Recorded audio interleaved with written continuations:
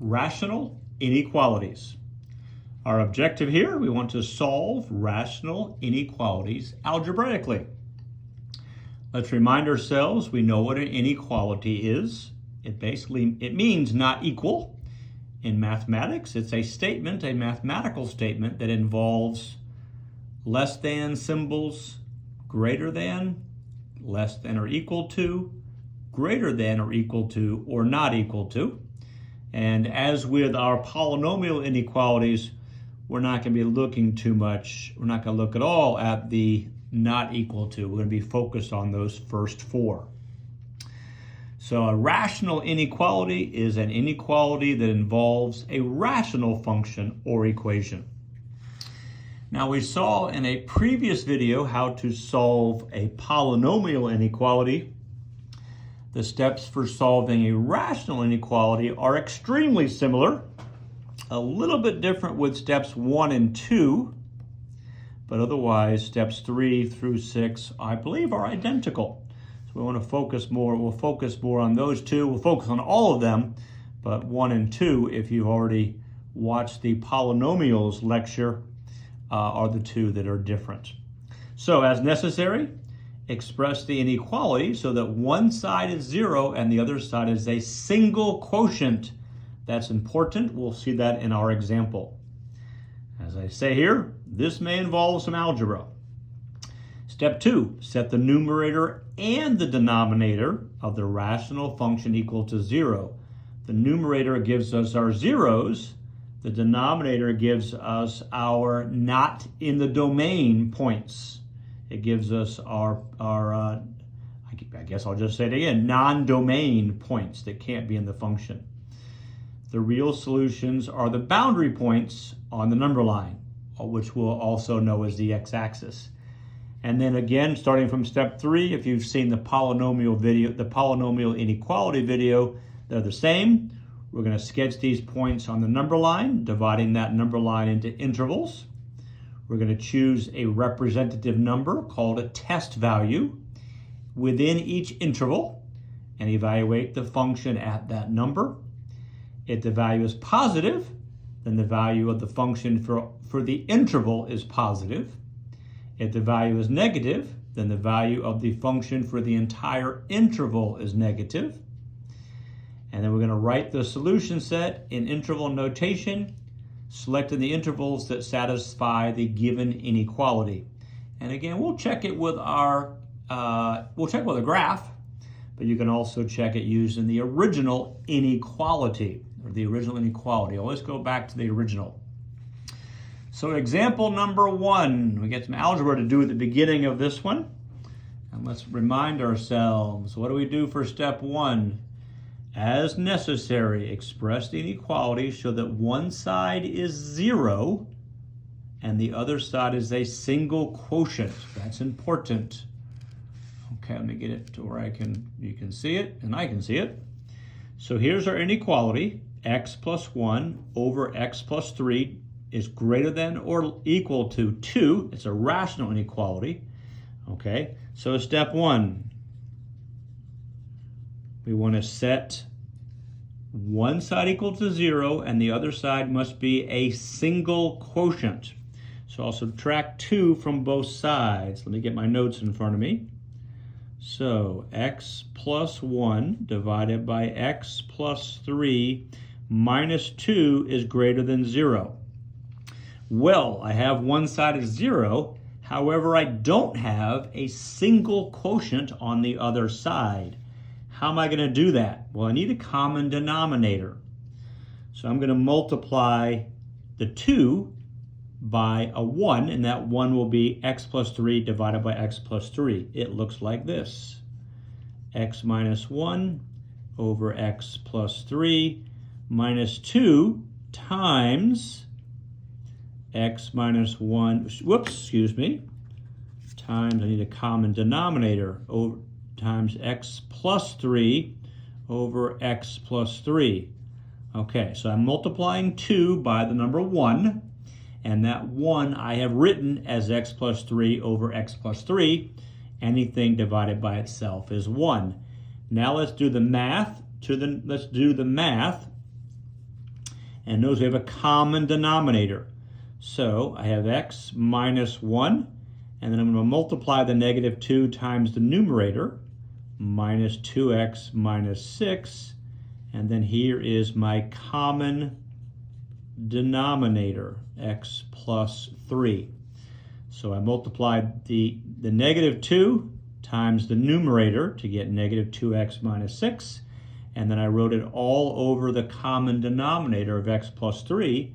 Now I can simplify the numerator, and I think I have, negative x, positive x, and negative 2x is a negative x.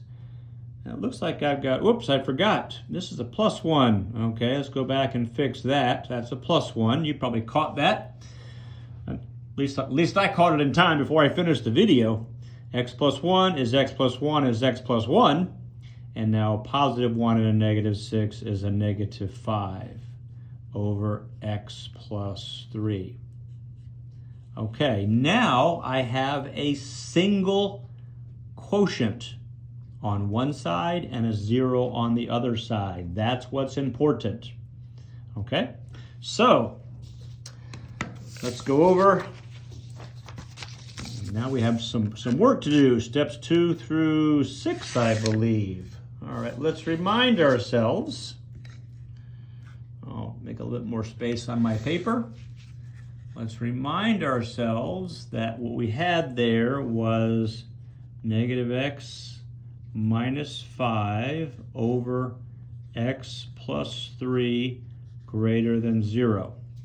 Okay, so step 2, which is unique again to rational inequalities, set the numerator equal to 0 and the denominator equal to 0, and those will be, when we solve those, they will be our boundary points.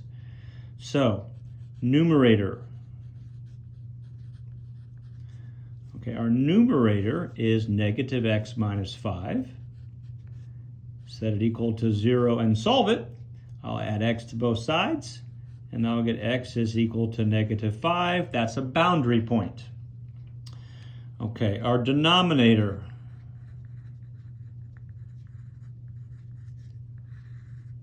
Okay, our denominator is x plus 3. I'll set that equal to 0, and then I'll solve for x. I'll subtract 3 from both sides, and there is our second boundary point. Now let's notice something. These are our zeros. Yes, these are our zeros. And we had our inequality was, less than or equal to. And I kind of goofed on that. This should be less than or equal to. Okay, so we want to include the negative 5. Our denominator is represents those things that are not in the domain. So this is going to be, the denominator will always be an open circle. So step 3. I'll draw the number line. My boundary points are negative 5 and negative 3. Again, in the denominator, you can't have negative 3. It makes a 0 denominator, so that's always going to be an open circle. It never will be included. The negative 5 is included because our inequality has an equal sign to it. So we're going to put a solid closed circle on that one. Okay, be careful with that. That's a sticking point in these rational inequalities. So we have 3 intervals. This interval goes from negative infinity to negative 5 with a bracket. This second interval goes from negative 5 with a bracket to negative 3 with an open parenthesis with a parenthesis. And this third interval goes from negative 3 with a parenthesis up to positive infinity. All right, now we're going to test. So step 4, let's write down our intervals. We're going to have a test value, just like we did in a previous video, or for the first time if you're watching this one before that one. And we're going to test and see what the result is. Okay, what do we want? We want a result that is positive. We want a positive result. We've already got the equal. It's right there. We want to know when is it, in which of these three intervals is it positive? And let's remind ourselves that this is the test function right here. So I'll write it down here as well, negative x minus 5 over x plus 3. That's what we're testing. So the first interval goes from negative infinity to negative 5. Good test value in there. How about negative 6? So what is the opposite of negative 6 minus 5 divided by negative 6 plus 3? And out comes, with a calculator, negative 1/3. Well, that's a negative value. We're looking for positive values. We can cross that one out. That is not going to be an interval that is the solution to our inequality. Second interval, going from left to right, it goes from negative 5 to negative 3. Between those two numbers, how about negative 4? And let's test it. The opposite of negative 4 minus 5, all divided by negative 4 plus 3. And that gives me a positive 1, it turns out. Okay, well, that's positive. Hence my saying positive. All right, we want that. We're looking for positive. We wanted positive up here. Our final interval is negative, whoops, I should have closed this with a parenthesis.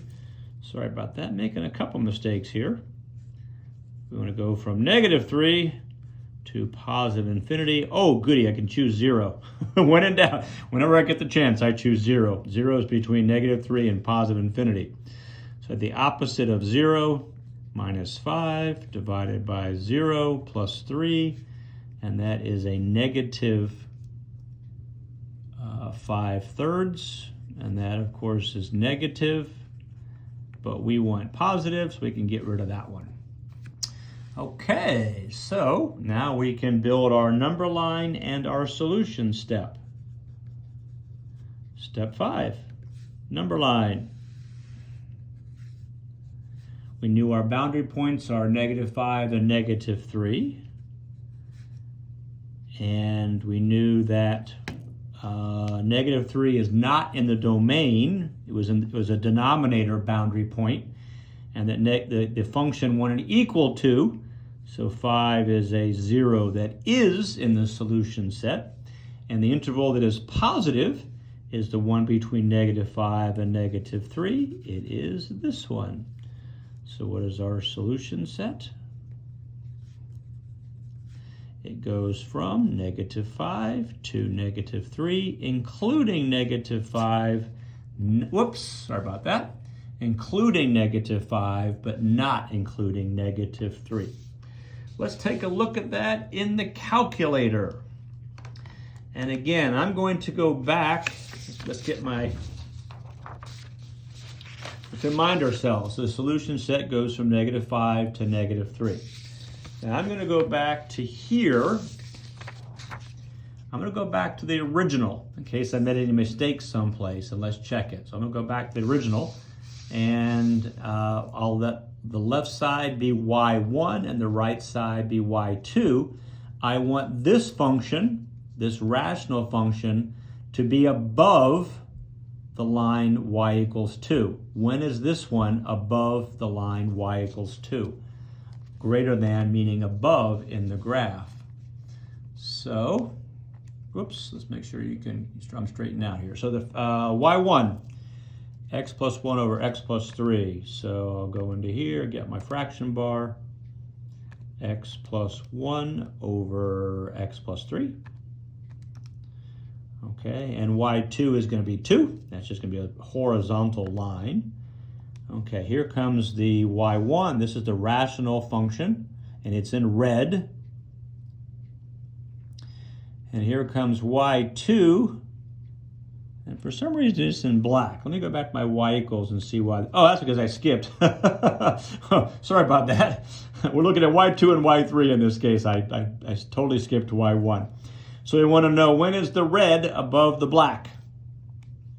Okay, so when is the red above the black? Well, here is that vertical asymptote of negative 3. And I'll bet that point right there is -5 where it crosses. So the red is only above the black from -5 to the vertical asymptote of 3, that part right there. Otherwise, that red, that rational function, is always below that black line. So our solution set of -5 up to -3 is correct. So there you have it, how to solve rational inequalities.